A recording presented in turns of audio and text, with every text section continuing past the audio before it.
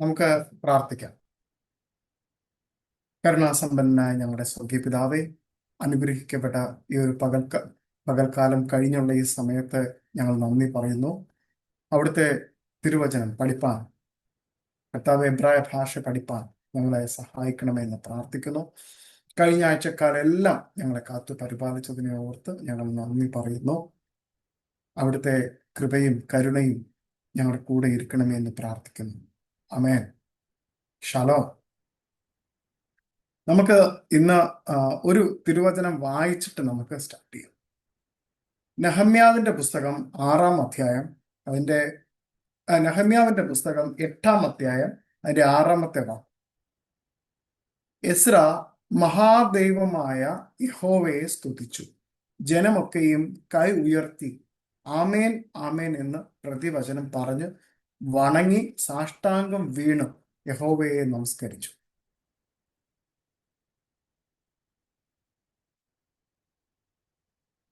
Okay, നമ്മുടെ ക്ലാസ്സിലേക്ക് വരാം.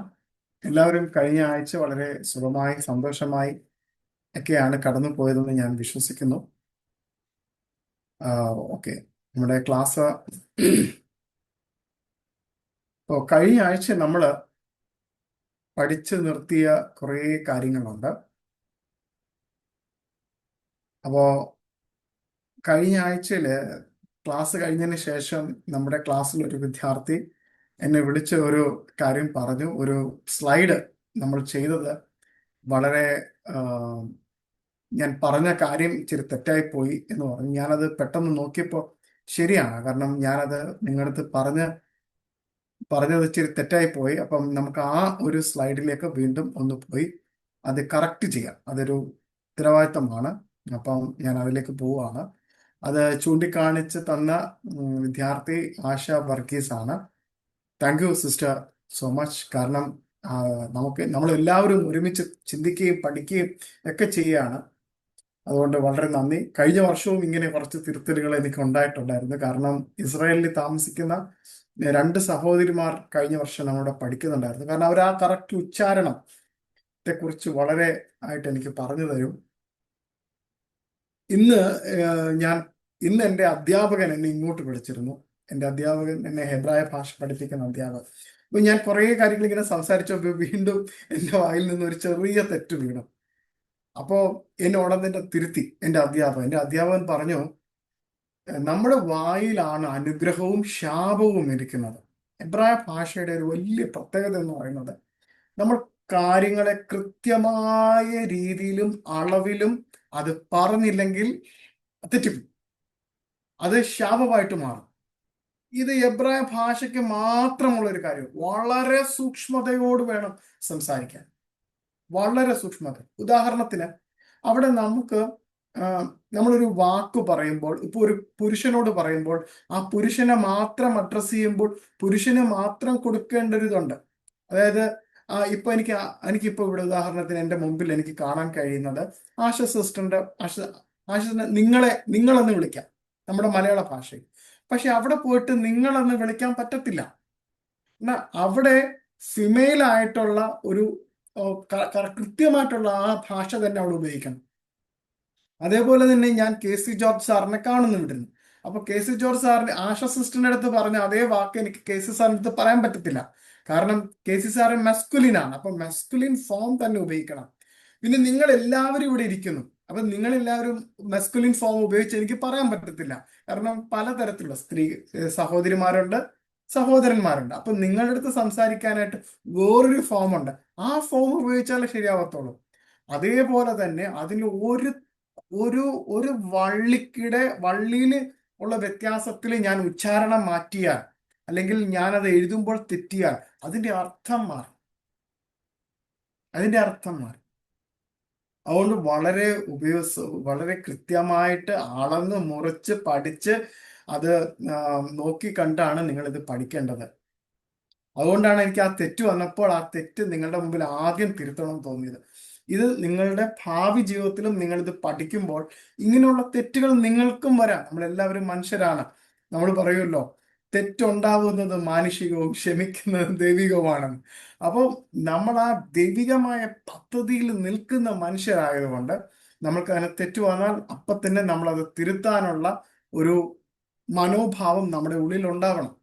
ഇത് തന്നെയാണ് നമ്മൾ ബൈബിളിലും നമ്മൾ കാണുന്നത്. നമുക്കൊരു തെറ്റ്, ആർക്കും തെറ്റ് വരാം, പക്ഷെ അത് ഏറ്റു പറയാനുള്ള ഒരു വലിയ മനോഭാവം വേണം. അതുകൊണ്ട് ഞാൻ പെട്ടെന്ന് എൻ്റെ മനസ്സിലേക്ക് വരുന്നത് നാഥാൻ പ്രവാചകന്റെ നാഥാൻ പ്രവാചകൻ വന്ന് ദാവീദിനോട് പറഞ്ഞപ്പോ ദാവീദിന് പറയാം, നോ നോ നോ നോ, ഞാൻ രാജാവാണ്, എനിക്ക് ഇഷ്ടമുള്ള ആൾക്കാരെ കല്യാണം കഴിക്കാം, ഇഷ്ടമുള്ള കാര്യം കഴിക്കാം. അവിടെ അങ്ങനെയല്ല ദാവീദ് ചെയ്തത്. അവിടെ നമുക്ക് കാണുവാൻ കഴിയും അപ്പോൾ തന്നെ തന്റെ തെറ്റ് ഏറ്റു പറഞ്ഞ് അവിടെ ആ ആ തെറ്റിലേക്ക് വന്ന് മാനസാന്തരം ആരംഭിക്കുന്നതായിട്ടാണ് കാണും. അപ്പോൾ നമുക്ക് ആ സ്ലൈഡിലേക്ക് ഒന്ന് പോയിട്ട് വന്നിട്ട് നമ്മുടെ ക്ലാസ് തന്നെ നമ്മൾ സ്റ്റാർട്ട് ചെയ്യുവാണ്. അപ്പൊ നമ്മൾ ആ സ്ലൈഡും കൂടെ ഇൻക്ലൂഡ് ചെയ്ത് നിങ്ങൾക്ക് ഇന്ന് ഞാൻ പറഞ്ഞു തരും. ഞാൻ സ്ക്രീനിലേക്ക് അത് ഷെയർ ചെയ്യാൻ പോവാണ്.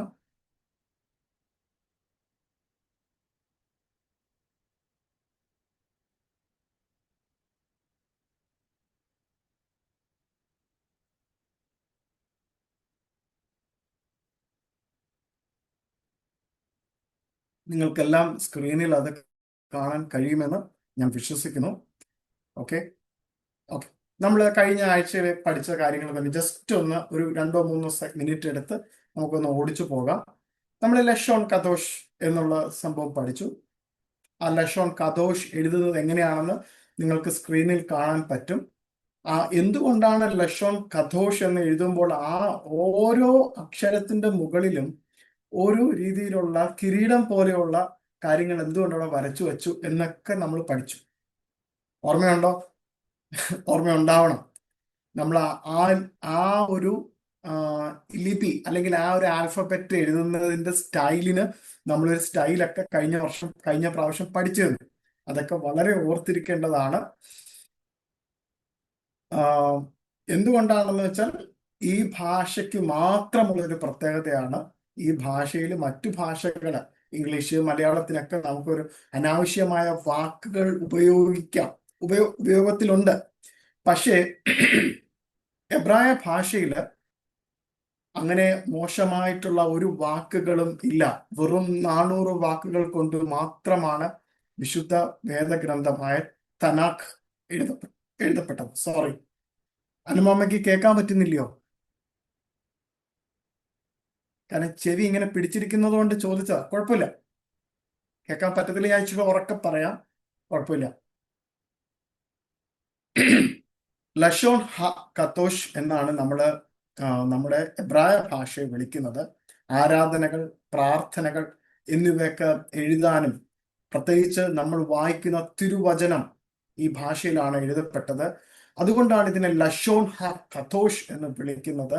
വളരെ പരിശുദ്ധമാണ് ഈ ഭാഷ. ഇത് നിങ്ങൾക്ക് ഓർമ്മയുണ്ടോ? ഞാൻ ഈ കാണിക്കുന്നത് എബ്രായൻ എന്നുള്ള പദമാണ്. ഇവ്രി എന്നുള്ള ഇതാണ് വരുന്നത്. അയിൻ ബെയ്ത്ത് റേഷ് അവാർ എന്നുള്ള മൂലപദത്തിൽ നിന്നാണ് എബ്രായ അല്ലെങ്കിൽ ഇവ്രിത്ത് എന്നുള്ള പദം ഉണ്ടായിരിക്കുന്നത്. അത് ആരെയാണ് ആദ്യം വിളിച്ചതെന്ന് കൃത്യമായിട്ട് ഞാൻ പറഞ്ഞു തന്നു. അത് വിളിച്ചിരിക്കുന്നത് ഉൽപ്പത്തി പുസ്തകത്തിൽ നമ്മൾ കണ്ടിരുന്നു. അബ്രഹാമിനെയാണ് വിളിക്കുന്നത്. രണ്ടാമത് അബ്രഹാം ഹാ ഇവ്രി എന്ന് ബൈബിളിൽ വിളിക്കുന്നുണ്ട്. എന്തുകൊണ്ട്? ഞാൻ ആദ്യത്തെ എബ്രായൻ എന്ന് നമ്മൾ പറയുന്നത്. അതിനുശേഷം ഞാൻ കാണിച്ച സ്ലൈഡാണിത്. ഇത് ഖ എന്നുള്ളൊരു അക്ഷരമുണ്ട്. ഹവ്വേ, ആദം വിളിച്ച ഒരു കാര്യത്തെ കുറിച്ചിട്ടാണ് ഞാൻ പറഞ്ഞത്. കഴിഞ്ഞ പ്രാവശ്യം ഞാൻ ചവ എന്നൊരു പദമാണ് അവിടെ എഴുതിയിരുന്നത്. അത് ഈ പ്രാവശ്യം ഞാൻ തിരുത്തുന്നുണ്ട്. നോട്ട്സ് എഴുതുന്നവർക്ക് അവിടെ നോക്കി എഴുതാം. അത് ഖ് അല്ലെങ്കിൽ ഖ എന്നുള്ള സൗണ്ട് ആണ്. നമ്മുടെ മലയാളികൾ ഇങ്ങനെയുള്ളൊരു സൗണ്ട് നമ്മൾ പ്രയോഗിച്ചിട്ടില്ല. അതുകൊണ്ട് തന്നെ ഞാൻ താഴെ കായിമിന് താഴെ CH or KH എന്ന് എഴുതിയിട്ടുണ്ട്. നിങ്ങൾ അത് പ്രൊനൗൺസ് ചെയ്യണം. ഇപ്പോഴല്ല, ഞാൻ ആ അക്ഷരം പഠിപ്പിക്കും. നിങ്ങളെ ആ അക്ഷരം പഠിപ്പിക്കും. എന്നാൽ നമ്മൾ ഒന്ന് കടന്നു പോവുകയാണ്. ഞാൻ ആ തെറ്റ് പറഞ്ഞത് കൊണ്ട് ആ തെറ്റേറ്റു പറഞ്ഞ് നിങ്ങളെ കറക്റ്റ് ചെയ്യുവാണ്. ഖവാഹ് എന്നുള്ള ഒരു പ്രയോഗമാണ് ഹവ്വയെ വിളിച്ചത്. അതിന്റെ മൂലപദം ഖയാഹ് ഖ യാഹ് എന്നാണ്. ജീവൻ എന്നുള്ളതാണ് അതിന്റെ മൂലപദം. അല്ലെങ്കിൽ അതിന്റെ അർത്ഥം എന്ന് പറയുന്നത് ജീവൻ അല്ലെങ്കിൽ ജീവൻ നൽകുന്നവൾ എന്ന അർത്ഥമാണ്. ഖയാം, ഖയാം എന്നുള്ളൊരു അർത്ഥമുണ്ട്. ജീവൻ, ഖായും, സോറി സോറി, ഖായും, ഖായും, ഖായും, ഖ് ഖ് സി എച്ച്, ഖ് അല്ലെങ്കിൽ ഖ് സൗണ്ട് ആണ് വരുന്നത്. തൊണ്ടയുടെ അകത്തു നിന്നാണ് എടുക്കേണ്ടത്, തൊണ്ടയുടെ അകത്തു നിന്നാണ് അത് എടുക്കേണ്ടത്. അത് ശ്രദ്ധിക്കുക. ഈ ഒരു സ്ലൈഡായിരുന്നു കഴിഞ്ഞ പ്രാവശ്യം തെറ്റായിട്ട് വന്നത്. അത് ഞാനിവിടെ നിങ്ങളുടെ മുമ്പിൽ തിരുത്തി അത് നല്ലതുപോലെ കാണിക്കുകയാണ്. നോട്ട്സ് എഴുതുന്നവർക്ക് അത് എഴുതാം, പഠിക്കാം. നമ്മൾ കഴിഞ്ഞ ആഴ്ച വീണ്ടും ചർച്ച ചെയ്ത ഭാഗങ്ങൾ ജസ്റ്റ് ഒന്ന് ഓടിച്ചു പോവുകയാണ്, നിങ്ങളുടെ ആ ഓർമ്മകളെ ഒന്ന് റിഫ്രഷ് ചെയ്തെടുക്കാൻ വേണ്ടിയിട്ട്. ടൊൽഡോനാക് ബെനായ നൊഹാക്ക് എന്ന് നമ്മളത് പറയും. നോഹയുടെ പുത്രന്മാരെ കുറിച്ചിട്ടാണ്. അവരെ 70 നോഹയുടെ പുത്രന്മാർ, അവരുടെ തലമുറകളായിട്ടുള്ള 70 പേര് ബാബേൽ ഗോപുരത്തിനടുത്ത് വന്നു. അവർ ബാബേൽ ഗോപുരത്തിനടുത്ത് വന്നൊരു ബാബേൽ എന്നുള്ളൊരു വലിയ ഒരു ഗോപുരം പണിതു. അതിനെ നമ്മൾ നേരത്തെയുള്ള ക്ലാസ്സുകളിൽ പഠിച്ചു. ആശയക്കുഴപ്പം, കലക്കം എന്നുള്ള അർത്ഥങ്ങളൊക്കെ അതിൻ്റെ അകത്തുണ്ട്. ദൈവം അവരുടെ ഭാഷയെ കലക്കി, അവർ പല ദേശങ്ങളിലോട്ടും ചിതറിപ്പോയി. അതിനെക്കുറിച്ചിട്ടുള്ള വിവരണങ്ങളാണ് ഈ കാണുന്നത്. നമ്മളത് ഓൾറെഡി പഠിച്ചതാണ്. അത് കഴിഞ്ഞിട്ട് വീണ്ടും നമ്മൾ അബ്രഹാമിനെ കാണുന്നു. അബ്രഹാമിന്റെ അടുത്ത് ദൈവം പറയുന്നു, ലക് ലഖ എന്ന് പറയുന്നു, നിന്നിൽ നിന്ന് നീ പുറപ്പെട്ടു പോവുക എന്നുള്ള അർത്ഥമാണ് ഇതിനുള്ളത്. അത് നമ്മൾ പഠിച്ചു. അത് കഴിഞ്ഞിട്ട് നമ്മൾ ഇവിടെ ഒരു ഫോട്ടോ മിസ്സിംഗ് ഉണ്ട്, അത് ഷെയർ ചെയ്തപ്പോൾ പോയതാ. കാരണം നമ്മൾ കഴിഞ്ഞ വർഷം പഠിച്ചിരുന്നു, പാലിയോ ഹീബ്രുവിനെ കുറിച്ച് നമ്മൾ പഠിച്ചു. അതേപോലെ തന്നെ കെറ്റ അശൂറിയെ കുറിച്ച് പഠിച്ചു. അതേപോലെ തന്നെ നമ്മൾ റാഷി സ്റ്റൈലിനെ കുറിച്ച് പഠിച്ചു. ഇതൊക്കെയായിരുന്നു നമ്മൾ കഴിഞ്ഞ ഒരു കാഴ്ചക്കാലം നമ്മൾ പഠിച്ചത്. നമ്മൾ നേരത്തെ കണ്ടത് എന്തായിരുന്നു? ഏത് അക്ഷരമാണെന്ന് അല്ലെങ്കിൽ ഏത് സ്റ്റൈലാണെന്ന് നിങ്ങൾക്ക് പറയാമോ?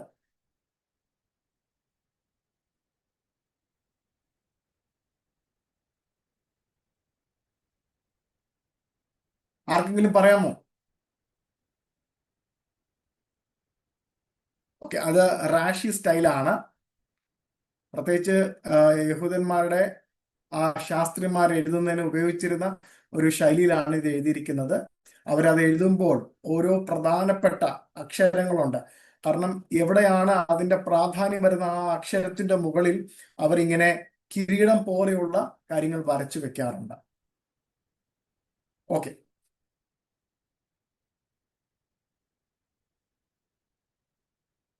അടുത്തതായിട്ട് നമുക്ക് എന്തെങ്കിലും ഈ പഠിപ്പിച്ച ഈ ഭാഗത്തുനിന്ന് ആർക്കെങ്കിലും എന്തെങ്കിലും സംശയങ്ങൾ ഉണ്ടെങ്കിൽ എന്നോട് ചോദിക്കാം.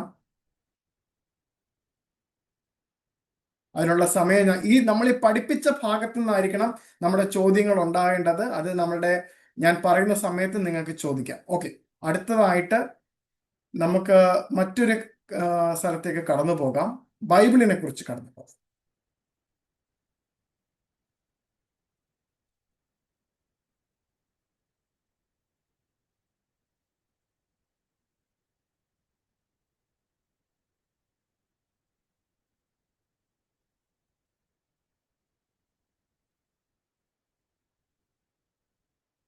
നിങ്ങൾക്ക് കാണാൻ പറ്റുമെന്ന് ഞാൻ വിശ്വസിക്കുന്നു.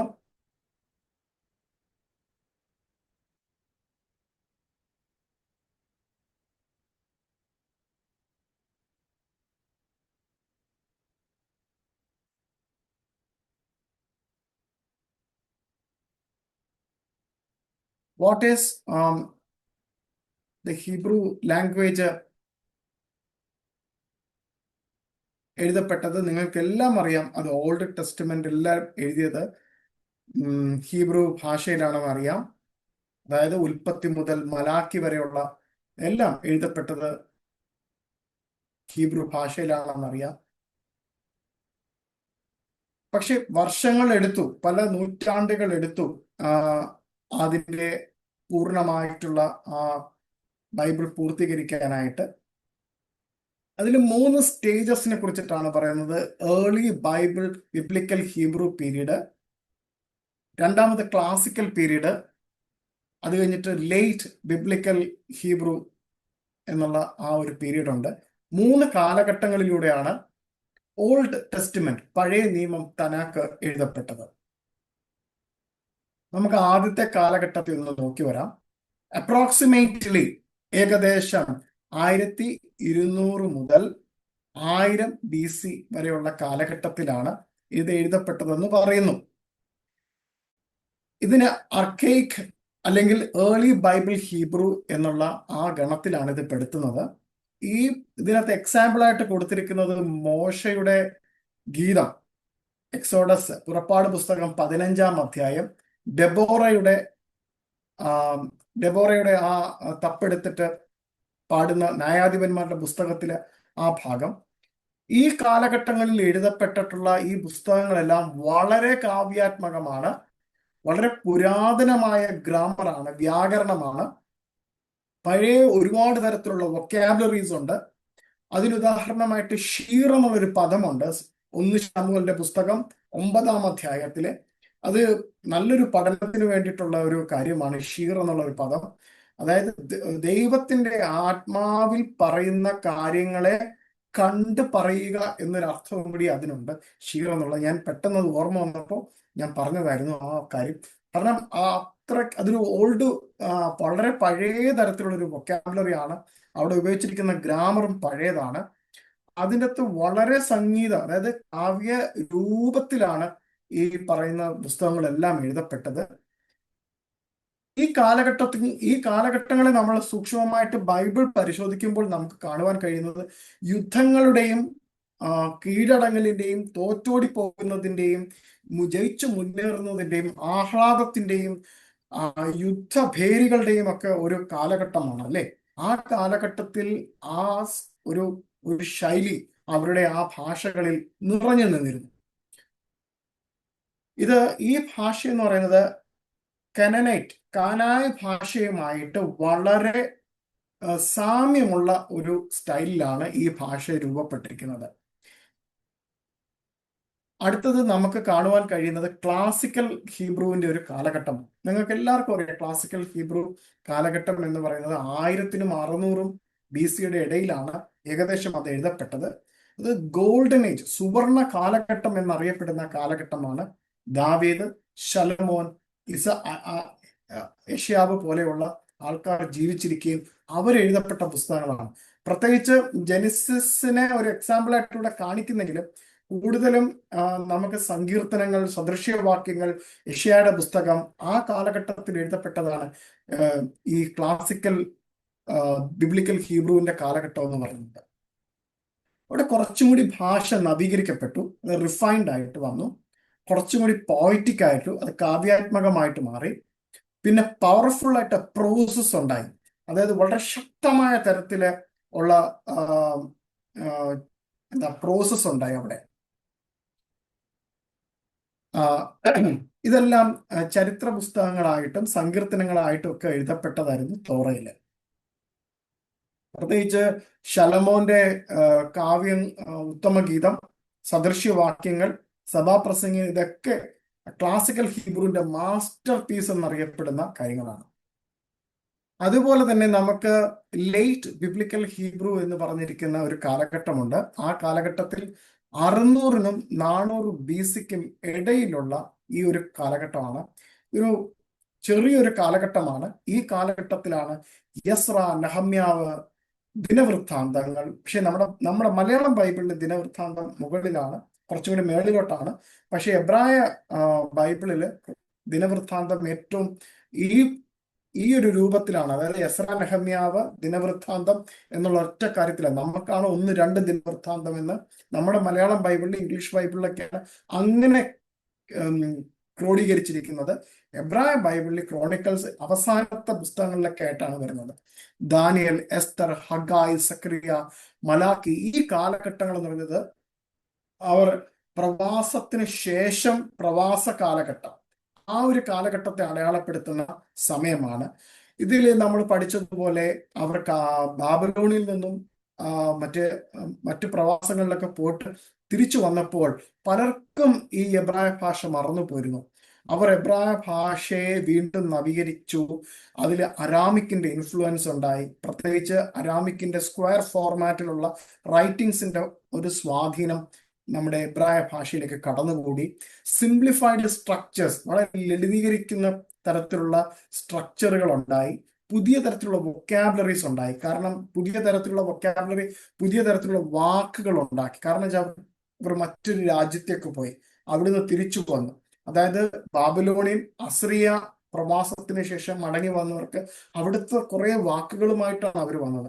ആ വാക്കുകളുടെ ഉപയോഗം എബ്രായ ഭാഷയിലേക്കും കടന്നു കൂടിയിട്ടുണ്ട്.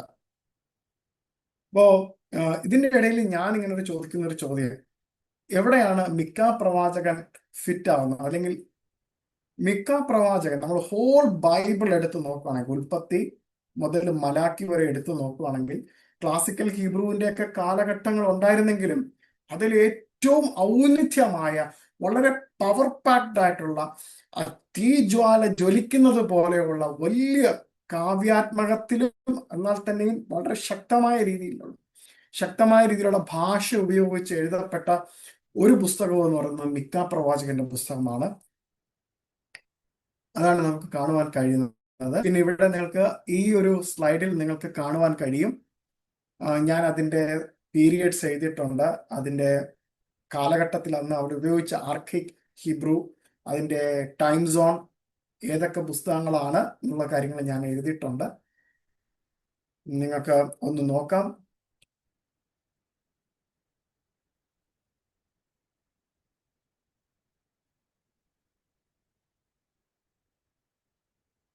ഇത് ആർക്കിക് കാലഘട്ടത്തിൽ എഴുതപ്പെട്ട പുസ്തകങ്ങളുടെ ഒരു ഇതാണ്, ഞാനിവിടെ ഉദാഹരണമാണ് കാണിച്ചിരിക്കുന്നത്. ആ കാലഘട്ടം വളരെ പോയറ്റിക് ആണെന്ന് ഞാൻ പറഞ്ഞിരുന്നു. ആ കാലഘട്ടത്തിന്റെ വൊക്കാബുലറിയെ കുറിച്ച് ഞാൻ പറഞ്ഞു. ഉർഗാറ്റിക് കനനൈറ്റ് ലാംഗ്വേജുമായിട്ട് വളരെ സാമ്യമുള്ളതാണ്, അല്ലെങ്കിൽ സ്വാധീനം വളരെ ഉണ്ടായിരുന്നു. ഈ കാലഘട്ടത്തിൽ ഉപയോഗിച്ചിരിക്കുന്നത് പാലിയോ ഹീബ്രു ആണ്.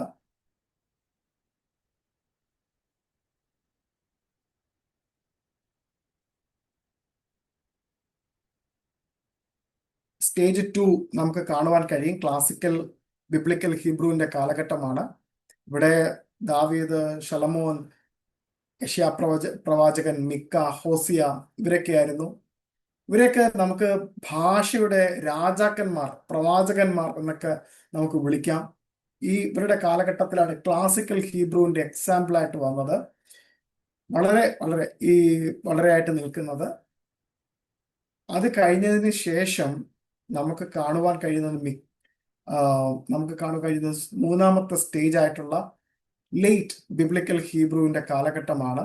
അതിൻ്റെ അകത്ത് ഇവർ കടന്നു വന്നതിന് ശേഷം ബാബിലോണിയൻ, അസിറിയ സാമ്രാജ്യങ്ങളുടെ സ്വാധീനം വളരെയേറെ ഉണ്ട്.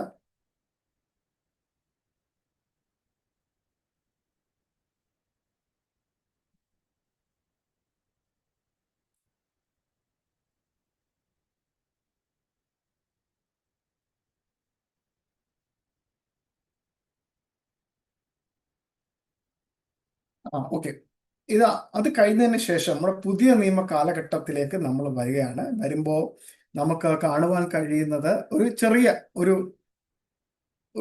ചെറിയൊരു കാര്യത്തിലേക്ക് മാത്രമാണ് നമുക്കിപ്പോൾ പോകാൻ പോകുന്നത്. ഡീറ്റെയിൽ ആയിട്ട് നമുക്കിത് പഠിക്കാൻ പറ്റത്തില്ല, ഇതെല്ലാം നമ്മുടെ വിഷയം. ഞാൻ ജസ്റ്റ് നിങ്ങളെ ഒന്ന് കാണിച്ച് നമ്മൾ അക്ഷരത്തിലേക്ക് ഇന്നത് കടക്കാൻ പോവുകയാണ്. നമ്മൾ ഇന്ന് ആദ്യമായിട്ട് അക്ഷരം പഠിക്കാനായിട്ട് പോകുന്നൊരു ദിവസമാണ്. അപ്പൊ അതുകൊണ്ട് നിങ്ങളെ പെട്ടെന്നൊരു ക്വിക്ക് ആയിട്ട് നിങ്ങളെ കാണിക്കുവാണ്. 200 BC-ക്കും 100 BC-യുടെ ഇടയിൽ കുമ്രാൻ ഗുഹകളിൽ കണ്ടെത്തിയ ചാവുകടൽ ചുരുളുകൾ, ഈ ചുരുളുകളാണ് നമുക്ക് കാണുവാൻ കഴിയുന്നത്. ആ കാലഘട്ടത്തിന് ശേഷം മിഷിയാനിക് ഹീബ്രു എന്ന് പറഞ്ഞിരിക്കുന്ന ഒരു പ്രസ്ഥാനം, അല്ലെങ്കിൽ അവർ രൂപപ്പെട്ടു. ഇവര് റബ്ബാനിക് ടീച്ചിങ്ങുകൾ, അതായത് റബ്ബി ടീച്ചിങ്ങുകളും കുറച്ചും കൂടി സിംപ്ലിഫൈഡ് ആയിട്ടുള്ള ഹീബ്രു അവിടെ ഉണ്ടായി. ഇതിനൊരു ലീഗലിസ്റ്റിക് ആയിട്ടുള്ള ടോണും ഒക്കെ ഉണ്ടായിട്ടുണ്ടായിരുന്നു. ആ കാലഘട്ടങ്ങളിൽ അതിനുശേഷം യേശു കർത്താവിന്റെ കാലഘട്ടവും ആ കാലഘട്ടത്തിന് ശേഷമുള്ള ഒരു കാലഘട്ടത്തെ കുറിച്ചിട്ടാണ് ഞാൻ ഇത് പറയുന്നത്. അന്നത്തെ ഹീബ്രു ഔദ്യോഗികപരമായിട്ട് അവിടുത്തെ ലീഗലിസ്റ്റിക് ആയിട്ടുള്ള പെർഫോമൻസിനൊക്കെ അവർ ഉപയോഗിച്ചിരുന്നു. അത് കഴിഞ്ഞതിന് ശേഷം നമുക്ക് കാണാൻ കഴിയുന്ന മെഡീവൽ ഹീബ്രു കാലഘട്ടമാണ്. 500-നും 1500-നും AD ആ ഒരു കാലഘട്ടം. അത് കഴിഞ്ഞിട്ട് നമ്മുടെ ഇന്നത്തെ 1800 AD മുതൽ ഇങ്ങോട്ട് നമുക്ക് കാണുവാൻ കഴിയുന്നത് മോഡേൺ ഹീബ്രു എന്നുള്ളതാണ്. ഇതിൻ്റെ അകത്ത് ഇങ്ങനെ പുതിയ കാലഘട്ടത്തിൽ മോഡേൺ ഹീബ്രു എന്ന് പറഞ്ഞ ഇവർ പല രാഷ്ട്രങ്ങളിലേക്കും ചിതറിപ്പോയി. സ്പെയിനിലേക്ക് പോയി, ഈജിപ്തിലേക്ക് പോയി, ആഫ്രിക്കയിലേക്ക് പോയി, ഇന്ത്യയിലേക്ക് പോയി. അങ്ങനെ പല ആൾക്കാരും തിരിച്ചു വന്ന് അവരുടെ ലാംഗ്വേജിൽ കുറച്ചും കൂടി അവർക്ക് വൊക്കാബുലറീസ് ഉണ്ടായിട്ടുണ്ട്. അതൊക്കെയാണ് നമ്മളിവിടെ ഇവിടെ ഞാൻ കാണിച്ചിരിക്കുന്നത്. ഇതാണ് നമുക്ക് ജസ്റ്റ് ഒന്ന് നമ്മൾ ഇതിനെ മനസ്സിലാക്കി പോകുന്നത്.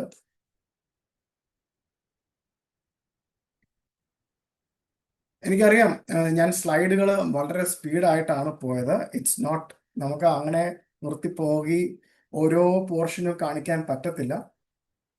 I will try my best to put on, നമ്മുടെ ഗ്രൂപ്പിൽ ഞാൻ ഷെയർ ചെയ്യാം. സോ നിങ്ങൾക്കത് വായിച്ച് നോക്കി മനസ്സിലാക്കാനുള്ള കാര്യം മാത്രമേ ഉള്ളൂ. കാരണം അതിൻ്റെ ഡീറ്റെയിൽ സ്റ്റഡി അടുത്ത വർഷം തുടങ്ങാനിരിക്കുന്ന, അടുത്ത വർഷം നമ്മുടെ കോഴ്സ് വേറൊരു ഡെവലപ്മെന്റിലേക്ക് പോവുകയാണ്. ഞാനത് പറയാൻ മറന്നുപോയി. എല്ലാ വിദ്യാർത്ഥികളോടും ഞാനത് പറയാൻ മറന്നുപോയി. ഈ എന്നെ കേട്ടുകൊണ്ടിരിക്കുന്ന ഒരുപാട് വിദ്യാർത്ഥികളുണ്ടാവും, അവർക്കും കൂടെ വേണ്ടിയിട്ട് ഞാൻ പറയുവാണ്. നമ്മുടെ കോഴ്സ്, ഫ്രീ കോഴ്സ് ഇതോട് കൂടി തീരുവാണ്. 2025 നമ്മുടെ ഫ്രീ കോഴ്സ് തീർന്നിട്ട് നമ്മുടെ മെനോറ ഇതിനെ ഒരു വർഷത്തെ കോഴ്സാക്കി മാറ്റുക. ഒരു വർഷത്തെ കോഴ്സ് എന്ന് പറയുമ്പോൾ ഇതിൻ്റെ അകത്ത് നമ്മൾ തുടക്കം തന്നെ എന്താണ് ഭാഷ എങ്ങനെ രൂപപ്പെട്ടു, ഇതൊന്നും അവിടെ ഞാൻ പഠിപ്പിക്കാൻ പോകുന്നില്ല. ഞാൻ ആദ്യം തന്നെ നിങ്ങളുടെ 1ാം ക്ലാസ്സിലും 2ാം ക്ലാസ്സിലും നമ്മുടെ സ്കൂളിൽ, നമ്മുടെ നാട്ടിൽ വരുമ്പോൾ എ ഫോർ ആപ്പിൾ എന്ന് പഠിപ്പിക്കുന്നത് പോലെ തന്നെ നിങ്ങളെ ആലഫ്, ബെയ്ത്ത്, ഗിമൽ, ദാലത്ത്, ഹേ, വാവ്, ഹെറ്റ്, യോദ് എന്നും പറഞ്ഞിട്ടായിരിക്കും നിങ്ങളെ പഠിപ്പിക്കുന്നത്. അങ്ങനെ പഠിപ്പിച്ചു പോകുന്നു. അതിൻ്റെ കൂട്ടത്തിൽ നിങ്ങളെ ഗ്രാമർ പഠിപ്പിക്കുന്നു.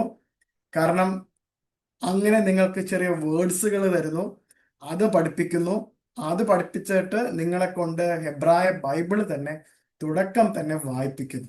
അതിൻ്റെ നടുവിലൂടെയാണ് നിങ്ങളെ വീണ്ടും ഈ ഭാഷ എന്താണ്, എവിടുന്ന് സ്റ്റാർട്ട് ചെയ്തു, എന്താണ് ഉർഗാറ്റിക് ലാംഗ്വേജ്, എന്താണ് കനനൈറ്റ് ലാംഗ്വേജ്, ഇത് എങ്ങനെയാണ് വന്നിരിക്കുന്നത്, എന്താണ് അരാമിക് ലാംഗ്വേജിന്റെ സ്ട്രക്ചർ, എങ്ങനെ ഈ അരാമിക് ലാംഗ്വേജ് ഫോം ചെയ്തു, ഏതൊക്കെ ലാംഗ്വേജിലൂടെ ഫോം ചെയ്തു എന്നതിനെ കുറിച്ചൊരു ഡീറ്റെയിൽ സ്റ്റഡി നമുക്ക് ഒരു കൊല്ലത്തെ ക്ലാസ് കൊണ്ട് എടുത്തു തീർക്കാൻ പറ്റുകയുള്ളൂ.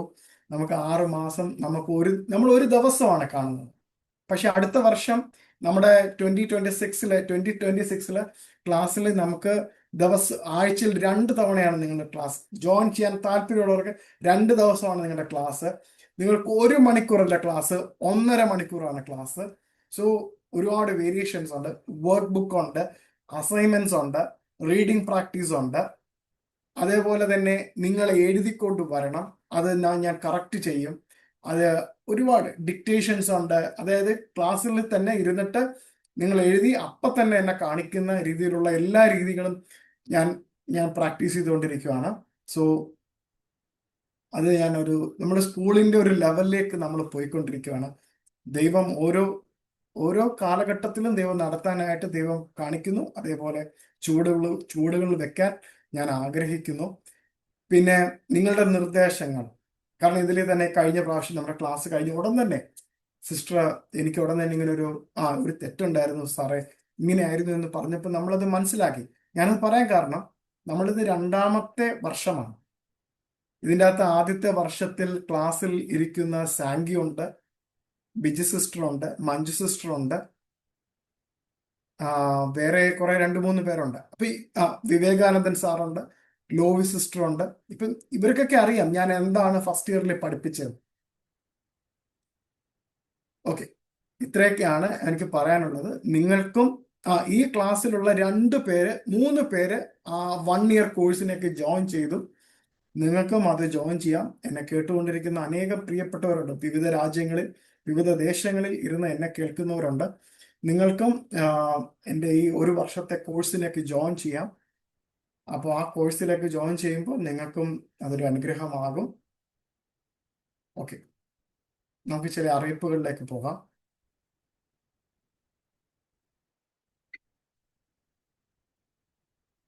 രഞ്ജിത്തെ ഒന്ന് കട്ട് ചെയ്യാമോ റെക്കോർഡിംഗ്? രഞ്ജിത്ത് ഒരു മിനിറ്റ് ഒന്ന് കട്ട് ചെയ്യാമേ.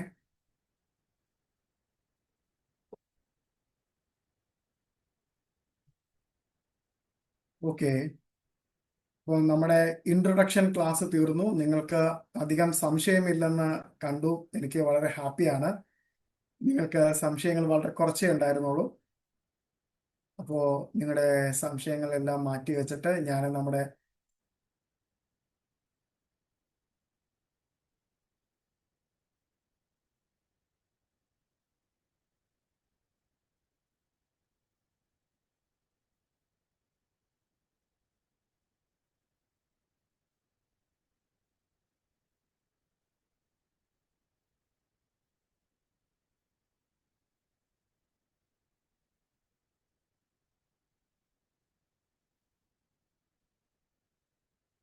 ഓക്കെ, നിങ്ങൾക്ക് കാണാൻ കഴിയുന്നുണ്ടോ? എനിക്ക് ഞാൻ വിശ്വസിക്കുന്നു. ഓക്കെ, ആലഫ്, ബെയ്ത്ത്, ഗിമൽ, ഇതാണ് നമുക്ക് പഠിക്കാനുള്ള ആദ്യത്തെ അക്ഷരമാല. നമ്മൾ ഈ ഒരു 3 അക്ഷരമാണ് നമ്മൾ പഠിക്കുന്നത്. ആലഫ്, ബെയ്ത്ത്, ഗിമൽ. ഞാൻ ഒന്നും കൂടെ പറയട്ടെ, ഉച്ചാരണം വളരെ വളരെ ശരിയായിട്ട് തന്നെ ഉച്ചരിക്കണം. വളരെ ശരിയായിട്ട് പഠിക്കുന്നതിന് വേണ്ടിയിട്ട് നമുക്ക് ആലഫ് എന്ന് പഠിക്കാം. പക്ഷേ ആലഫ് ഒരു സൈലന്റ് ലെറ്റർ ആണ്. അതേപോലെ തന്നെ അടുത്ത ലെറ്റർ ബെയ്ത്ത് എന്നാണ്. ബെയ്ത്ത്, ബത്ലഹേം എന്ന് നമ്മൾ പറയത്തില്ലേ, അതിന്റെ ബെയ്ത്താണ്. അടുത്തത് പഠിക്കുന്നത് ഗിമേൽ, ഗിമൽ എന്നാണ്. അപ്പോ നിങ്ങളത് ഓർത്തിരിക്കുക. ഓക്കെ, നിങ്ങൾക്ക് അടുത്ത സ്ലൈഡ് നിങ്ങൾക്ക് കാണാൻ കഴിയുന്നുണ്ട്. ആലഫ് അവിടെ ഇംഗ്ലീഷിൽ ഞാൻ എഴുതിയിട്ടുണ്ട്, ഹീബ്രുവിൽ ഞാൻ എഴുതിയിട്ടുണ്ട്, താഴെ മലയാളത്തിലും ഞാൻ എഴുതിയിട്ടുണ്ട്. ഹീബ്രുവിൽ ആലഫിന്റെ എഴുതിയിരിക്കുന്ന അക്ഷരങ്ങൾ ഏതൊക്കെയാണെന്ന് ഞാൻ പറയാം. ആലഫ് ഉണ്ട്, ലാമേദ് എന്ന് പറഞ്ഞൊരു അക്ഷരമുണ്ട്, പിന്നെ പേ, പേയുടെ പേയ്ക്കകത്തൊരു കുത്തുണ്ട്. അപ്പൊ അങ്ങനെയാണ് പേയ്ക്കകത്ത് കുത്തു വരുമ്പോഴാണ് ആലഫ് എന്ന് പറയുന്നത്. അല്ലെങ്കിൽ അത് കുത്തില്ലെങ്കിൽ ഫേ എന്ന് വായിക്കും, കുത്തുണ്ടെങ്കിൽ പേ എന്ന് വായിക്കും. അത് നമുക്ക് ഗ്രാമർ പോർഷനാണ്, അത് നമുക്ക് പഠിക്കാം. ജസ്റ്റ് ഒന്ന് ഓർത്തിരിക്കാൻ വേണ്ടി പറഞ്ഞതാണ്. ഓക്കെ, ഇതിന്റെ വില 1, ശബ്ദം ആ അല്ലെങ്കിൽ എ എന്നൊരു അക്ഷരം. രണ്ടും രണ്ട് രീതിയിലുള്ള ഉച്ചാരണങ്ങളുണ്ട്. അത് ചില സ്ഥലങ്ങളിൽ വരുമ്പോൾ ആ എന്ന ഉച്ചാരണവും എ എന്നുള്ള ഉച്ചാരണം ചില സ്ഥലത്ത് വരും. അതിന്റെ വാക്കുകൾ ഞാൻ നിങ്ങളെ പഠിപ്പിക്കും.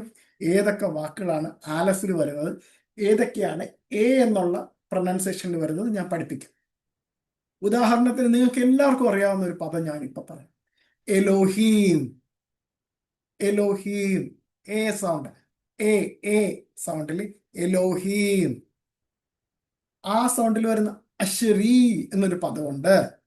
അത് നമുക്ക് പിന്നെ പഠിക്കാം വ്യക്തമായിട്ട്. അതിന്റെ ഓരോ ഹീബ്രു പദവും അക്ഷരവും അതിന്റെ അർത്ഥങ്ങളും ഒക്കെ ഞാൻ പറഞ്ഞുതരാം. പിന്നെ നമ്മൾ തുടക്കം മുതലേ ആദ്യത്തെ ചാപ്റ്റർ മുതലേ പഠിക്കുന്ന വേറൊരു കാര്യമുണ്ട്. എല്ലാ ഹെബ്രായ അക്ഷരത്തിനും ഒരു പിക്ചർ വേർഡ് ഉണ്ട്, ഒരു ചിത്രാക്ഷര ശബ്ദം ഉണ്ടെന്ന് ഞാൻ പഠിപ്പിച്ചിട്ടുണ്ടായിരുന്നു.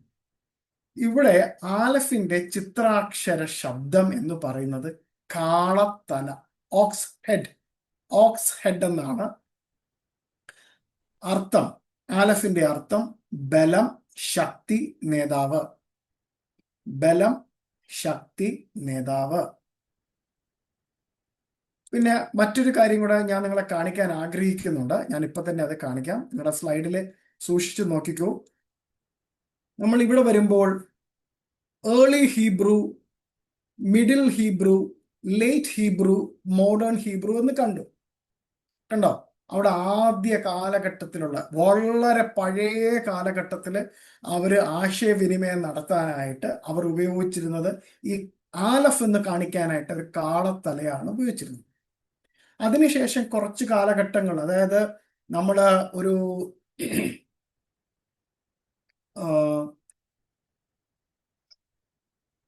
നമ്മുടെ ക്ലാസിക്കൽ ഹീബ്രുവിന്റെ ആ കാലഘട്ടത്തിലൊക്കെയാണ് നമ്മൾക്ക് ഈ ഒരു രണ്ടാമത് കാണുന്ന ഒരു ആൽഫബറ്റ് കാണാൻ പറ്റുന്നത്. കുറച്ചും കൂടി പ്രവാസമൊക്കെ കഴിഞ്ഞു വന്നപ്പോഴാണ് നമുക്ക് ഈ ലേറ്റ് ഹീബ്രു എന്ന് പറഞ്ഞ് എഴുതിയിരിക്കുന്ന ആ ഒരു സ്ക്വയർ ഫോർമാറ്റിലേക്ക് യസ്ര, നെഹമ്യാവ്, സക്രിയ പ്രവാചകൻ ഇവരുടെയൊക്കെ കാലഘട്ടത്തിലൊക്കെ എഴുതപ്പെട്ട് ഇരിക്കുന്ന ഒരു സ്റ്റൈലാണ് ഈ നടുക്ക് ഈ മൂന്നാമത് കാണുന്നത്. പിന്നെ മോഡേൺ ഇന്നത്തെ നമ്മുടെ കാലഘട്ടത്തിലെ എഴുത്ത് ഭാഷയിലെ ലിപിയിലാണ് നമ്മൾ ഇത് കാണുന്നത്. ഇംഗ്ലീഷിലുള്ളവർക്ക് വേണ്ടിയിട്ടും ഞാൻ താഴെ എഴുതിയിട്ടുണ്ട്. Pictograph ox head is a first letter.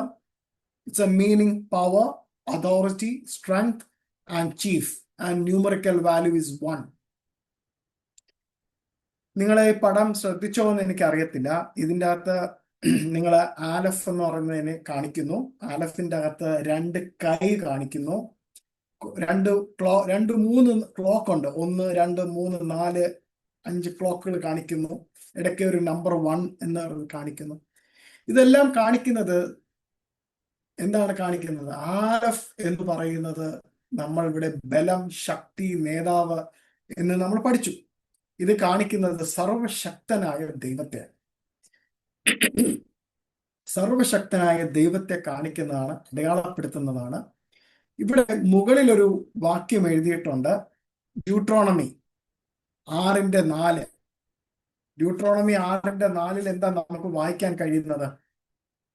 ആർക്കെങ്കിലും ഒന്ന് പെട്ടെന്ന് ദൈവവചനത്തിന്റെ ഭാഗം ഒന്ന് വായിക്കാമോ? പെട്ടെന്ന്.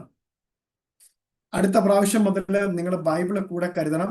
എനിക്ക് ബൈബിൾ വായിച്ചു തരാൻ ആരെങ്കിലും പ്രിയപ്പെട്ടവര് ഞാൻ വായിക്കാം എന്ന് പറഞ്ഞ് ആരെങ്കിലും ഒരുങ്ങി വരുവാണെങ്കിൽ നന്നായിരിക്കും. അവരുടെ പേര് മുൻകൂട്ടി പറയണമെങ്കിൽ ഞാൻ അവരെ വിളിക്കാം. ഇസ്രായേലെ കേൾക്ക, യഹോവ നമ്മുടെ ദൈവമാകുന്നു, യഹോവ ഏകൻ തന്നെ. ഏകൻ തന്നെ, ഏകൻ. അപ്പോ നമ്മള് വാല്യൂവിന്റെ നമുക്ക് അവിടെ കൊടുക്കാം. Deuteronomy chapter 6, 4 verse 4. ഏകൻ, ഇസ്രായേലെ കേൾക്കാം. നമ്മൾ പഠിച്ചു യഹൂദൻ എന്തിനാ വിളിച്ച് വേർതിരിച്ചിരിക്കുന്നത്? യഹൂദനെ വിളിച്ച് വേർതിരിച്ചിട്ട് അവൻ ആരാണെന്നും അവന്റെ ആരാധന എന്താണെന്നും അവൻ ലോകത്തിന് മുമ്പിൽ സാക്ഷീകരിക്കുക എന്ന് നമ്മൾ പഠിച്ചു. അപ്പോൾ ലോകത്തിന്റെ മുമ്പിൽ യഹൂദൻ സാക്ഷീകരിച്ചു. എന്താണ്? ഇസ്രായേലെ. ആരാണ് ഇസ്രായേൽ എന്നുള്ള പേരിട്ടത്? ആരാണ്? എല്ലാവർക്കും അറിയാം. ദൈവമാണ് യാക്കോബിനെ നോക്കി വിളിച്ചത്. ഇന്നു മുതൽ നിന്റെ പേര് യാക്കോബ് എന്നല്ല, ഇസ്രായേൽ എന്നാണ്. ആ ഇസ്രായേലെ കേൾക്ക, നിന്റെ ദൈവമായ യഹോവ ഏകനാണ്. അതേപോലെ പുതിയ നിയമത്തോടുള്ള ബന്ധത്തിൽ നമുക്ക് ഒരു വാക്യം കൂടെ വായിക്കാം. വെളിപ്പാട് പുസ്തകം 22:13.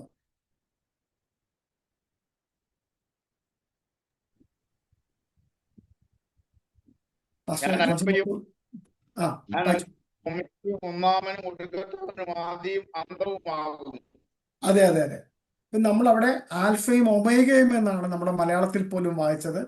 പക്ഷെ യഥാർത്ഥത്തില് ദൈവപിതാവ് യേശു കർത്താവ് യഹോശുവ യോഹന്നാനോട് പറഞ്ഞത്, I am the aleph and the തൗ.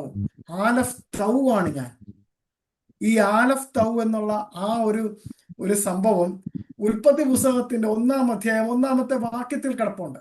അത് വിട്ടുപോയി. എവിടെ വിട്ടുപോയി? നമ്മുടെ ട്രാൻസ്ലേഷൻസിനെല്ലാം വിട്ടുപോയി. അത് ഹീബ്രുവിൽ അതുണ്ട്. പക്ഷെ നമ്മുടെ വേദപുസ്തകത്തിലും ഇംഗ്ലീഷിലും എല്ലായിടത്തും അത് വിട്ടുപോയി. സെപ്റ്റജന്റ് വരെ വിട്ടു. സെപ്റ്റജന്റ് ആരാണ് വിവർത്തനം ചെയ്തതെന്ന് ഞാൻ പറഞ്ഞു, ഞാൻ പഠിപ്പിച്ചു.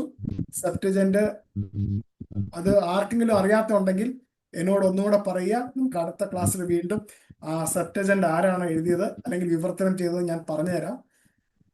അവർ ചെയ്തപ്പോ യത്ത് എന്നുള്ളൊരു വാക്ക് വിട്ടുപോയി. യത്ത്, ആലഫ് തൗ എന്ന് എഴുതുന്ന യത്ത് എന്നുള്ള വാക്ക് വിട്ടുപോയി. നമ്മുടെ ഒരു സ്ലൈഡിൽ അതിനെക്കുറിച്ച് ഞാൻ പറയുന്നുണ്ട്. അത് വിട്ടുപോയത് കൊണ്ട് അതിന്റെ ആ ബൈബിളിൽ എന്താണ് പൂർണ്ണമായി ഉദ്ദേശിക്കുന്നതിന്റെ അർത്ഥം തന്നെ വിട്ടുപോയി.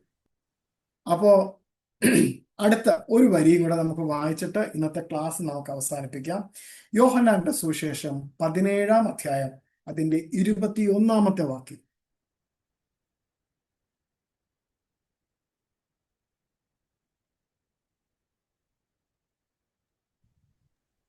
എളുപ്പം. നീ എന്നെ അയച്ചിരിക്കുന്നു എന്ന് ലോകം വിശ്വസിപ്പാൻ അവർ എല്ലാവരും ഒന്നാകേണ്ടതിന് പിതാവേ, നീ എന്നിലും ഞാൻ നിന്നിലും ആകുന്നത് പോലെ അവരും നമ്മിൽ ആകേണ്ടതിന് തന്നെ. അതെ, ദൈവപിതാവിന്റെ ലോക ആരംഭത്തിൽ മുതൽ ഇന്നേ വരെയുള്ള ദൈവത്തിന്റെ മനോഭാവം, ദൈവത്തിന്റെ ആ ഉത്കടമായിട്ടുള്ള, അത് എന്റെ മാമ എന്നോട് ക്ഷമിക്കണം, ചില വാക്കുകൾ ഞാൻ ഇച്ചിരി കട്ടിയായിട്ട് ഉപയോഗിക്കുന്നതോടെ എന്നോട് ക്ഷമിക്കണം. ഉത്കടമായെന്ന് വെച്ചാൽ അത്രയ്ക്കും എരിവോട് കൂടി ദൈവം ആഗ്രഹിക്കുന്നത് ദൈവവും നമ്മളും ഒന്നായിട്ട് തീരണം. എങ്ങനെയാണോ ഏദൻ തോട്ടത്തിൽ ദൈവവും മനുഷ്യനും ഒന്നായിരുന്നത് പോലെ അതേപോലെ ഒന്നായിരിക്കണം. ഈ ഒരു വാർത്ത, ഈ ഒരു സ്വർഗത്തിന്റെ ശബ്ദം മനുഷ്യന്മാർ കേട്ടിട്ട് മനസ്സിലായില്ല. അവര് ന്യായപ്രമാണത്തെ ഒരു മതമാക്കി മാറ്റി, ന്യായപ്രമാണത്തെ ഒരു സംഭവമാക്കി മാറ്റി. ആർക്കും അതിലേക്ക് അടുക്കാൻ പറ്റാത്തവണ്ണം ഇവര് തെറ്റുകൾ ചെയ്ത് ചെയ്ത് ചെയ്ത് ചെയ്ത് ദൈവത്തെ അങ്ങ് ഒരു കൂടാരത്തിന്റെ ഉള്ളിലേക്ക് തറച്ച് വെച്ചിരുന്നു. ആ കൂടാരത്തിന്റെ വെളിയിലേക്ക് വന്ന ദൈവത്തിന്റെ സ്വരമാണ് യേശു കർത്താവ്. യഹോശുവ വന്നിട്ട് എന്ത് ചെയ്തു? യഹോശുവ പറഞ്ഞു, നമ്മൾ രണ്ടുപേരും ഒന്നായിരിക്കുന്നത് പോലെ ഇവരെയും ഒന്നാക്കണം, എന്നിട്ട് ഒരുമിച്ച് മുന്നോട്ട് പോകണം. അതുകൊണ്ടാണ് യേശു കർത്താവിന്റെ മരണത്തിൽ, യഹോശുവയുടെ മരണശേഷം നമുക്ക് കാണുവാൻ കഴിയും ആലയത്തിന്റെ തിരശ്ശീല രണ്ടായിട്ട് കീറിക്കണം. ഇനി നമുക്ക് അബാ പിതാവേ എന്ന് വിളിക്കുമെന്ന പുത്രത്വത്തിന്റെ ആത്മാവിനെ തന്ന് നമ്മളെ ഉള്ളിലേക്ക് കയറ്റിയിരിക്കുന്നു. അതുകൊണ്ട് നമ്മളെല്ലാവർക്കും അകത്ത് കയറാം. നമുക്ക് നമ്മുടെ ദൈവത്തെ കണ്ണ് തുറന്ന് നമുക്ക് ദൈവത്തെ ആരാധിക്കാം, ദൈവത്തെ മഹത്വപ്പെടുത്താം. അപ്പോൾ നിങ്ങൾ ഇന്ന് പഠിച്ചിരിക്കുന്നത് എബ്രായ അക്ഷരമാലയിലെ ആദ്യത്തെ അക്ഷരമാണ് ആലഫ്. ഇവിടെ കൊണ്ട് നമ്മുടെ ക്ലാസ് തീരുന്നില്ല. നമ്മുടെ ക്ലാസ് ഇനിയും ഏറെ മുന്നോട്ട് പോകാനുണ്ട്. കണ്ടോ, അഡ്വാൻസ് ഇൻഫോർമേഷൻസ് നിങ്ങൾക്ക് തരുവാനുണ്ട്. അത് കഴിഞ്ഞിട്ട് സെക്കൻഡ്, തേർഡ് സ്ലൈഡ് കണ്ടോ, വീണ്ടും അതിന്റെ ആഴത്തിലുള്ള ഈ മേളിലത്തെ കൈ, നമ്മൾ ആദ്യം ഒരു ചിത്രം കണ്ടു, ഒരു കൈ മേളിലോട്ടും ഒരു കൈ താഴോട്ടും. അതെന്താണെന്ന് നമുക്ക് ഇനി പഠിക്കാം. അത് കഴിഞ്ഞിട്ട് ഇതിന്റെ ഗമേറിയ പാർട്ട് നമുക്ക് പഠിക്കാനുണ്ട്. ഇതിന്റെ കൂടുതൽ ആഴത്തിലുള്ള കാര്യങ്ങൾ ഇനിയും അടുത്ത ക്ലാസ്സിൽ നമുക്ക് പഠിക്കാനുണ്ട്. അപ്പോൾ അടുത്ത ക്ലാസ്സിൽ നമുക്ക് വീണ്ടും കാണാം. അപ്പോ നമ്മുടെ ഇന്നത്തെ സമയം ഏകദേശം തീർന്നു എന്ന് ഞാൻ വിശ്വസിക്കുന്നു. 8:05 അനേക പ്രിയപ്പെട്ടവർക്ക് മറ്റ് ക്ലാസ്സുകളിലും ഒക്കെ പങ്കെടുക്കണം. പ്രത്യേകിച്ച് സഹോദരിമാർക്ക് ചപ്പാത്തി മറ്റുള്ള കാര്യങ്ങളൊക്കെ ഉണ്ടാക്കണം എന്ന് എനിക്കറിയാം. സോ നമുക്കിന്ന് സന്തോഷത്തോടെ പിരിയാം. നിങ്ങൾക്ക് വളരെ വ്യക്തമായിട്ട് മനസ്സിലായെന്ന് ഞാൻ വിശ്വസിക്കുന്നു. നിങ്ങളുടെ ഫീഡ്ബാക്ക്, നിങ്ങൾ ഓരോ ക്ലാസ് കഴിയുമ്പോൾ പ്ലീസ് പ്രിയപ്പെട്ടവരെ, നിങ്ങൾ അറ്റൻഡൻസ് ഇട്ടോ. അത് കഴിഞ്ഞിട്ട് നിങ്ങൾ പേഴ്സണലായിട്ട് എനിക്ക് മെസ്സേജ് ഇടുക. സാറേ, ഇന്നത്തെ ക്ലാസ് ബോറായിരുന്നു, ഇങ്ങനെ പോയാൽ ശരിയാവത്തില്ല എന്ന് തന്നെ പറയണം. അതല്ലാതെ സാറേ ഇന്നത്തെ ക്ലാസ് സൂപ്പർ ആയിരുന്നു കേട്ടോ, എനിക്ക് എല്ലാം മനസ്സിലായി എന്നല്ല. മനസ്സിലായില്ലെങ്കിൽ ബോറായിരുന്നു, സാറ് സംസാരിച്ച ആ ഒരു വാക്ക് ഒട്ടും യോജിച്ചതല്ലായിരുന്നു, അത് ഞങ്ങൾക്ക് ഇഷ്ടപ്പെട്ടില്ല എന്ന് തന്നെ പറയണം. അതല്ലാതെ സാറേ സൂപ്പർ ക്ലാസ്സാ, ഇതേ കണക്കൊരു ക്ലാസ് ഞങ്ങളുടെ ജീവിതത്തിൽ പോലും ഞങ്ങൾക്ക് ഉണ്ടായിട്ടില്ല എന്ന് പറയരുത്. വളരെ സത്യസന്ധമായിട്ട് നമുക്ക് സ്നേഹത്തോടു കൂടി മുന്നോട്ട് പോയാൽ എനിക്കും ഒരുപാട് കാര്യങ്ങൾ ഓപ്പൺ ചെയ്ത് പറയാൻ പറ്റും. അപ്പൊ എല്ലാവരെയും ദൈവം അനുഗ്രഹിക്കട്ടെ. നമുക്ക് പ്രാർത്ഥിച്ച് പിരിയാം. നിങ്ങള് ഒരാഴ്ച നിങ്ങൾ എന്നിൽ നിന്നും പോവുകയാണെങ്കിലും നിങ്ങൾ എന്താ പറയുക, ഇടയ്ക്ക് വിളിക്കുക, ചോറുണ്ടോ എന്നൊക്കെ ചോദിക്കുക, എന്തെങ്കിലുമൊക്കെ നിങ്ങൾ സംസാരിക്കുക. So we can build A relation. Actually എന്റെ ഫസ്റ്റ് ഇയറിലെ കുട്ടികൾ ഇപ്പൊ സാങ്കി വന്നപ്പം ഞാൻ സാങ്കി എടുത്ത് ചോദിച്ചത്, സാങ്കി ആ പുസ്തകത്തെ കുറിച്ച് എന്തായി? കാരണം we have A relation. Actually അതേപോലെ ഒരു റിലേഷൻ നിങ്ങള് നിന്ന് ഞാൻ പ്രതീക്ഷിക്കുന്നു. അത് ഉണ്ടാവണമെന്ന് ഞാൻ ആഗ്രഹിക്കുന്നു. ദൈവം എല്ലാവരെയും അനുഗ്രഹിക്കട്ടെ. പ്രത്യേകിച്ച് നിങ്ങൾ എല്ലാവരെയും ഓർത്ത് ഞാൻ പ്രാർത്ഥിക്കുന്നുണ്ട്. കാരണം എന്നെ പരിചയപ്പെടുന്ന, വ്യക്തിപരമായിട്ട് പരിചയപ്പെടുന്ന ആൾക്കാരെല്ലാം ഞാൻ ഓർത്ത് പ്രാർത്ഥിക്കുന്നു. പ്രത്യേകിച്ച് ജോൺസൺ സാർ, സാമുവൽ സാർ, പിന്നെ അബ്രഹാം പാസ്റ്റർ, ഇവരൊക്കെ ഓർത്ത്, അന്നമാമി ഓർത്ത് പ്രാർത്ഥിക്കുന്നുണ്ട്. നിങ്ങളെയൊക്കെ ഓർത്ത് ഞാൻ പ്രാർത്ഥിക്കുന്നുണ്ട്. അപ്പം നിങ്ങൾ ഇടയ്ക്കിടയ്ക്ക് സംസാരിക്കുമ്പോൾ എനിക്ക് നിങ്ങളെ ഓർമ്മ കിട്ടും. പിന്നെ അടുത്ത കാര്യം, ഇംഗ്ലീഷ് ക്ലാസ്സിൽ ജോയിൻ ചെയ്ത പ്രിയപ്പെട്ടവര് വരിക, ആത്മാർത്ഥമായിട്ട് പഠിക്കുക. It's an opportunity. ഇതും മെനോറ മിനിസ്ട്രീസിന്റെ ഒരു ഇന്റൻഷൻ ആണ്. സോ നിങ്ങൾ എല്ലാവരും ഇംഗ്ലീഷ് സംസാരിക്കുക, ഇംഗ്ലീഷ് പഠിക്കുക, ഇംഗ്ലീഷിൽ മെസ്സേജ് കൊടുക്കുക എന്നുള്ളൊരു ഉദ്ദേശമാണ്. വരിക, ഉപയോഗപ്പെടുത്തുക. Okay, thank you so much. ഞാൻ പ്രാർത്ഥിക്കാം. ദൈവപിതാവേ, ഈ പ്രിയപ്പെട്ട മക്കളുടെ മേല് ദൈവത്തിന്റെ ആ വലിയ കരുണയും പ്രകാശവും വെളിപ്പാടും അയക്കണമേ എന്ന് പ്രാർത്ഥിക്കുന്നു. അവർ ലോകത്തിന്റെ പ്രകാശമായിട്ട്, ലോകത്തില് ആ അന്ധകാരം പിടിക്കുന്ന ഈ ലോകത്തിൽ വിളങ്ങി നിൽക്കാൻ, ആ മെനോറെ പോലെ കത്തി നിൽക്കാൻ ഈ പ്രിയപ്പെട്ട മക്കളെ എല്ലാം സഹായിക്കണമേ. ദൈവത്തിന്റെ കൃപയും അനുഗ്രഹവും സ്നേഹവും നിറയുമാറാകട്ടെ എന്ന് പ്രാർത്ഥിക്കുന്നു. യഹോശുവയുടെ നാമത്തിൽ പ്രാർത്ഥിക്കുന്നു. ഞാനിവരെ അനുഗ്രഹിച്ച് ആശീർവദിച്ച് കർത്താവെ, ഇവരവർ കുടുംബങ്ങളിൽ സ്വസ്ഥമായിരിക്കുവാൻ ഞാൻ പ്രാർത്ഥിക്കുന്നു. ദൈവത്തിന്റെ കൃപ ചലിക്കുമാറാകട്ടെ. ആമേൻ, ആമേൻ, ആമേൻ. ശലോം.